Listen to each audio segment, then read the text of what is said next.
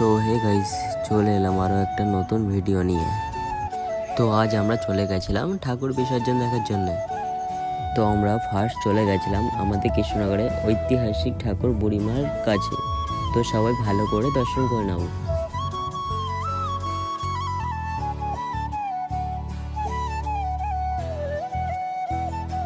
মায়ের দর্শন শেষ করার পরে আমরা দুজন চলে গেছিলাম কদমতলা ঘাটে ঠাকুর বিসর্জন দেখার জন্যে। তখন বাজে রাত 11টা। আস্তে আস্তে প্রতিমা আসবার শুরু হয়ে গেছে।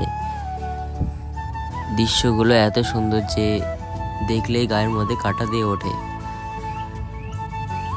তো আস্তে আস্তে মায়ের আগমন চলতেই থাকে।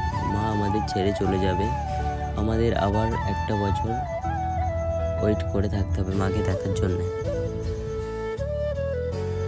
তারপর আস্তে আস্তে সকাল হয়ে গেল। তারপর আগমন হলো আমাদের বাঘা মায়ের। নাচ দেখো গাইস, এত সুন্দর দৃশ্য দেখার জন্য সত্যি আমি নিজেকে অনেক ভাগ্যবান মনে করি।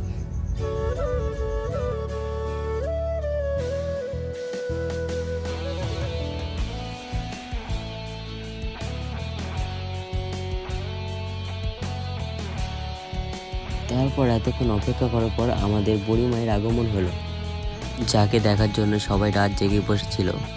মায়ের আগমন হলো। এরপরে মা ঘাটের দিকে পাড়ি দিল। এরপরে মায়ের নাচ দেখো গাইস, এই নাচ দেখার জন্য মানুষ কত দূর থেকে আমাদের কৃষ্ণনগরে মায়ের নাচ দেখতে আসে।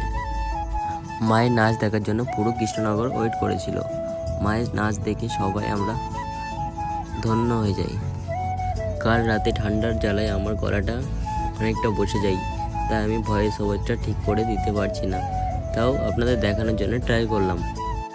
তারপর দুই বোন একসাথে একই ফ্রেমে, ছোট মা ও বুড়ি মা। দৃশ্যটা কেমন লাগছে বলো গাইস? আমার তো দেখে অনেক ভালো লাগছে দুই মাকে একসাথে দেখতে পাওয়ার জন্য। ভিডিওটা কেমন লেগেছে কমেন্ট করে জানাবেন।